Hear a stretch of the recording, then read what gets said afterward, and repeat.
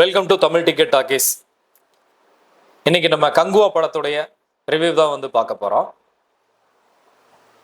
கங்குவா படத்தை பார்த்தீங்கன்னா சிவா இயக்கியிருக்காரு, ஞானவேல் அவர்கள் ப்ரொடியூஸ் பண்ணியிருக்காங்க. இந்த படத்தை பார்க்கறதுக்கு முன்னாடி இந்த படத்துக்கு உண்டான எஃபெக்ட் எப்படி போட்டிருக்கிறாங்க அப்படிங்கிறத நம்ம பார்க்கலாம். நடிப்பு ஃபர்ஸ்ட் கிளாஸ், நல்லா பண்ணியிருக்கிறாங்க, அருமையா இருக்கு. சூர்யா பாடி லாங்குவேஜில் மட்டும் நடிக்கல, கண்ணுலையும் நடிச்சிருக்கிறார்.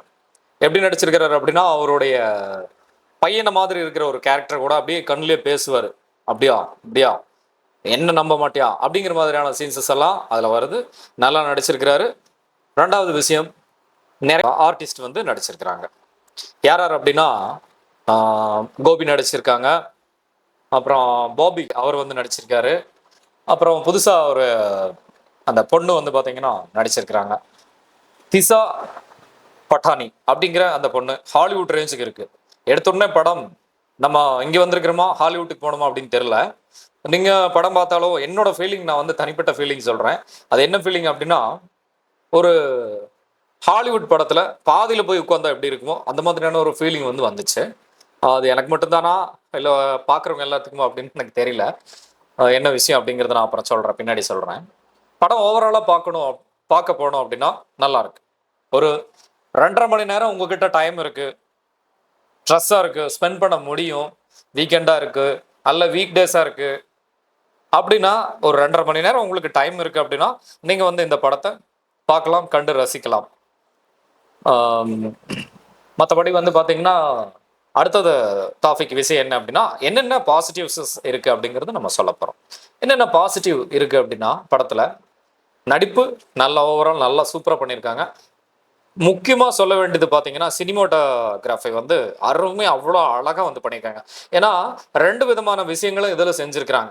பழைய காலத்தை காமிச்சிருக்காங்க, 2024 காமிச்சிருக்கிறாங்க. அப்படி காமிக்கும் போது அதுக்குள்ளான டிஃப்ரெண்ட் இருக்கும். அதுலேயே பார்த்தீங்கன்னா 2 ஜோனல் இருக்கு. அந்த பழைய காலத்தை காமிக்கும் போது அது செட்டு போட்டிருக்கிறாங்க, சில இடங்கள் நேச்சுரல் யூஸ் பண்ணியிருக்கிறாங்க.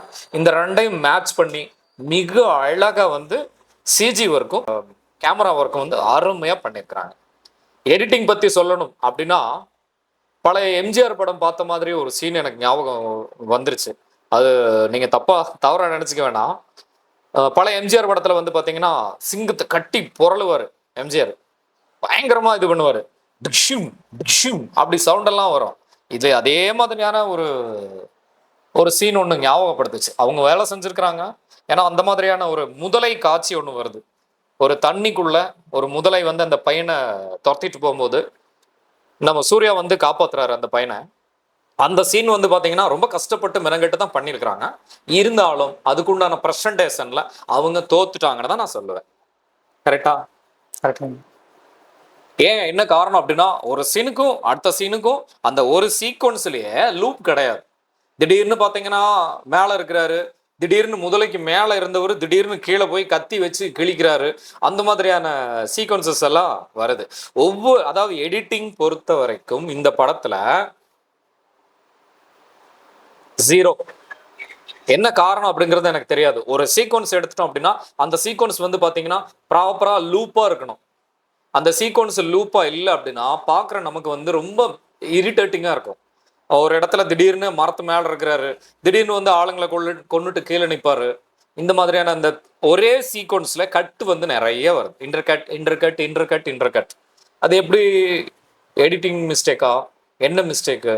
கிட்டத்தட்ட நமக்கு ஒரு 2 மணி நேரம் 40 நிமிஷம் கிட்டத்தட்ட ஓடுது படம். அப்படி ஓடும்போது சரி நிறைய எடுத்துட்டோம், கொஞ்சம் கொஞ்சம் கட் பண்ணிடுவோம் அப்படின்ட்டு நீங்க பண்ணீங்களா? அப்படி பண்ணியிருந்தா சீக்வன்ஸ் தான் கட் பண்ணியிருக்கணும். சீன்ஸஸ் கட் பண்ணியிருக்கிறாங்களா அப்படிங்கிற விஷயம் எனக்கு தெரியல. அது நீங்கள் படம் போய் பார்த்தீங்க அப்படின்னா தெரியும். அப்புறம் தம்பி, இந்த படம் பார்த்தீங்க, உங்களுக்கு எப்படி இருந்துச்சு? நீங்கள் ஃப்ராங்கா சொல்லலாம்.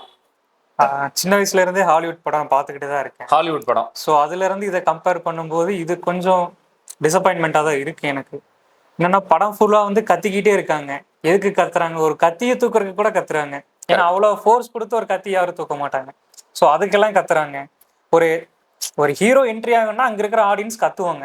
ஆனா படத்துல கத்திட்டு இருக்காங்க, வெளியே ஆடியன்ஸ் யாரும் கத்துறாங்க. எல்லாருமே அமைதியா இருக்காங்க. அவங்களுக்கே புரியல படத்துல என்ன நடக்குது. நான் அதை நோட் பண்ணேன்.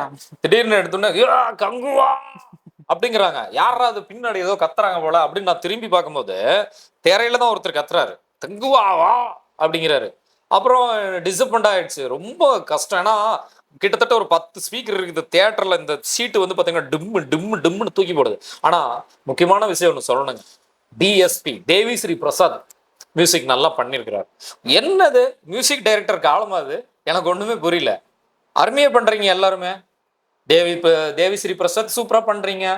மற்ற எல்லாருமே நல்லா பண்றீங்க. எல்லா படங்களையும் வர வர வர வர மியூசிக் டைரக்டர்லாம் அவ்வளோ எஃபெக்ட் போட்டு சூப்பரா பண்றீங்க. அது என்ன விஷயம்? எனக்கும் கொஞ்சம் எங்களுக்கும் கற்றுக் கொடுங்களேன். நாங்களும் எங்களோட சேனல் வந்து டெவலப் பண்ணிக்கிறோம். அப்புறம் சொல்லுங்க. அது நல்லா இருந்துச்சு. இது தமிழ் சினிமால புதிய முயற்சிங்கிற கேட்டிக்கு நம்ம அதை பாராட்டணும். புதிய ஸ்கிரீன் முயற்சின்னு பிளேலாம் அதெல்லாம் நல்லா இருந்துச்சு, ஓரளவுக்கு நல்லா இருந்துச்சு. கதையை வந்து அவங்க ஃபோக்கஸ் பண்ணியிருக்கணும். நம்ம என்ன சொல்ல வரோம், கதையில என்ன இருக்கு அப்படின்றத அவங்க ஃபோக்கஸ் பண்ணியிருக்கணும். மெயினா ஹாலிவுட் சீன்ஸை எடுத்திருக்காங்க. நீங்க அது சொல்றதுல இருந்து ஒரு விஷயம் எனக்கு புரியுது. என்ன விஷயம் அப்படின்னா, கதை அப்படின்னு பார்க்கும்பொழுது இதுக்கு தான் இந்த விஷயத்த செய்யறாங்கன்னு ஒரு பொருள் இருக்கும் இல்லைங்களா? திடீர்னு வந்து பாத்தீங்கன்னா ஒரு ஆராய்ச்சி பண்ணிட்டு இருக்கிறாங்க. திடீர்னு வந்து பாத்தீங்கன்னா காட்டுக்குள்ள இருக்கிறாங்க. எப்படி எங்களுக்கு 2வது பார்ட்ல தருவீங்களா அந்த விஷயம் எல்லாம் அப்படிங்கிறது எனக்கு தெரியல, புரியல. ஏன்னா நீங்க சொல்ல வந்த கன்வே பண்ண விஷயம் ஆஸ் ஃபார் ஆடியன்ஸா எனக்கு சத்தியமா புரியல. என்ன செய்யணும், ஏது செய்யணும், இது இந்த சீன் வந்து இதுக்கு வருது, இது அதுக்கு வருது அப்படிங்கிற அந்த விஷயம் வந்து புரிய மாட்டேங்குது. ஒரு 5 தீவு இருக்கு, அந்த 5 தீவுக்கு உண்டான விஷயங்கள்லாம் காமிக்கிறீங்க, ஓகே. அடுத்து ரிவெஞ்ச் காமிக்கிறீங்க, ஓகே. எல்லாமே ஓகே. அதுக்கு உண்டான லூப் ஹோல் எங்க, எதுக்காக இந்த விஷயம் செய்யறீங்க? நீங்க படத்தை பார்த்தீங்கன்னா உங்களுக்கே தெரியும்னு நினைக்கிறேன். ஏன்னா அந்த அளவுக்கு வந்து பாத்தீங்கன்னா லூப் ஹோல் இல்லாம இருக்கு. ஒருவேளை எடிட்டிங் மிஸ்டேக்கா அப்படிங்கிறது எனக்கு தெரியல. கண்டிப்பா அது இருக்குங்க.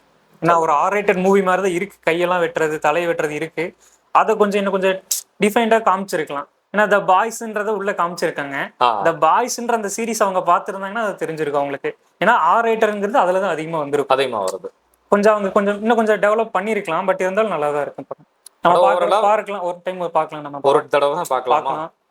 கதையை கொஞ்சம் அவங்க மேம்படுத்தி இருக்கலாம். நம்ம கிட்டத்தட்ட வந்து பாத்தீங்கன்னா 11,500 ஸ்கிரீன்ல வந்து இந்த படத்தை திரையிட்டிருக்கீங்க. அதுக்கே வந்து பாத்தீங்கன்னா சல்யூட் பண்ணலாம். என்ன காரணம் அப்படின்னா, நான் ஒரு ஒர்க் எடுத்துட்டேன், அது எல்லாமே ஸ்ப்ரிட் பண்ணணும் அப்படின்னு சொல்லி ஒர்க் பண்றீங்க. ஞானவேல் ராஜா அவர்களுக்கு ஒரு சல்யூட். பாராட்டி தான் நம்ம. நீங்க ஹாலிவுட் தரத்துல படம் எடுத்துட்டு பாத்தீங்களா? இல்ல, நான் ஜீரோல தான் எப்பயுமே போவேன். எந்த படம் பார்த்தாலும் மற்றவங்க சொல்ற ரிவ்யூ அதெல்லாம் பார்க்க மாட்டேன். ஒரு போஸ்டர் வந்துச்சுன்னா அது பார்க்க மாட்டேன், ட்ரைலர் பார்க்க மாட்டேன், ட்ரீசர் பார்க்க மாட்டேன். நம்ம ஜீரோல போய் உட்காந்தாதான் அந்த படம் நமக்கு அப்படியே ஃபுல்லா கன்வே ஆகும். இப்போ அவங்க சொல்றது அவங்க தாட்டில் போய் கோர்ந்து, இவங்க சொல்ற இவங்க தாட்டில் போய் கோர்ந்தோம்னா நம்ம ஒரு எக்ஸ்பெக்டேஷன்ல போய் கோரும்போது அந்த படம் நமக்கு அவ்வளோக்கா நம்ம எக்ஸ்பெக்டேஷனை பூர்த்தி பண்ணாது, டிசப்பாயிண்ட் பண்ணி விட்டுரும். ஸோ அதனால நான் ஜீரோவில் உட்காந்தேன். ஜீரோவில் உட்காந்துமே எனக்கு கொஞ்சம் சாட்டிஸ்ஃபைடு இல்லை. ஓரளவுக்கு தான் இருக்கு படம். ஸ்க்ரீன் பிளே நல்லா பண்ணியிருக்காங்க. கதையிலையும் மற்றபடி அந்த ஆர்ரேட்டட் சீன்ஸ்லாம் நல்லா பண்ணியிருக்காங்க. அந்த கதை மட்டும்தான் எனக்கு ஒரு டிசப்பாயின்மெண்ட்டாக இருக்குது. கதையை கொஞ்சம் மேம்படுத்தணும். என்ன சொல்ல வராங்கன்றதை தெளிவாக சொல்லணும். படத்தில் வந்து டைலாக்ஸ் வந்து எங்கேயுமே டைலாக்ஸ் இல்லை. படம் ஃபுல்லாக கத்துறாங்க கத்துறாங்க கத்துறாங்க, கத்தி தூக்குறதுக்கு கத்துறாங்க, வெற்றக்கு கத்துறாங்க, எதுக்கு கத்துறாங்கன்னே தெரியல. தியேட்டர்ல யாரும் கத்த மாட்டாங்க, படத்துக்குள்ளதான் கத்திட்டு இருக்காங்க. அது சொல்லல இருந்து எனக்கு ஒரு விஷயம் புரிய வருது. என்ன அப்படின்னா, அந்த காலத்து அந்த பாத்தீங்கன்னா ஜூனியர் ஆர்டிஸ்ட் அவங்களுக்கெல்லாம் யூனிஃபார்ம் கொடுத்துருக்காங்க. ஒவ்வொரு 5 தீவுல இருக்காங்க. 5 தீவுலையும் ஒவ்வொருத்தருக்கும் ஒவ்வொரு மாதிரி இருப்பாங்க.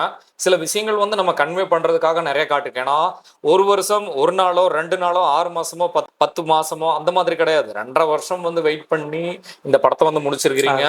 ஆர்ட் டைரக்டர்லாம் செம்மையா பண்ணிருக்கீங்க. பட் அந்த காஸ்டிங்ல என்னமோ கோட்டை விட்ட மாதிரி எனக்கு தெரிஞ்சது.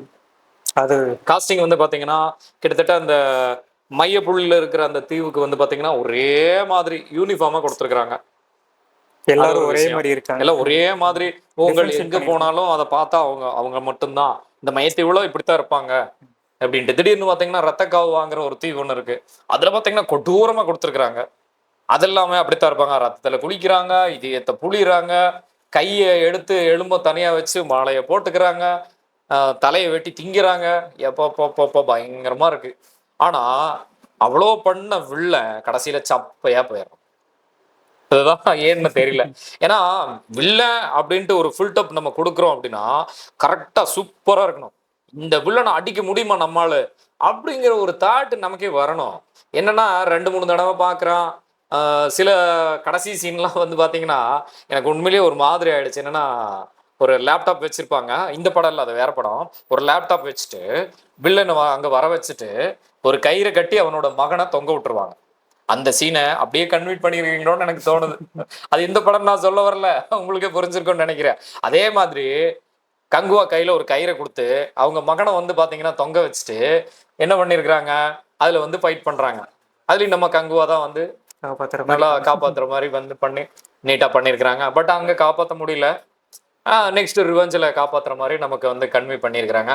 பட் அந்த கன்வேன்னு சொல்கிறோமே தவிர கஷ்டப்பட்டு நாங்களாக தான் உணர்றோம், அதாவது ஆடியன்ஸாக தான் உணர்றாங்களே தவிர இந்த பாருங்க இது இப்படி இருக்கும், இது அடுத்தது இப்படி வருங்கிற ஒரு இப்போ நம்மளால வந்து பார்த்தீங்கன்னா சொல்ல முடியல.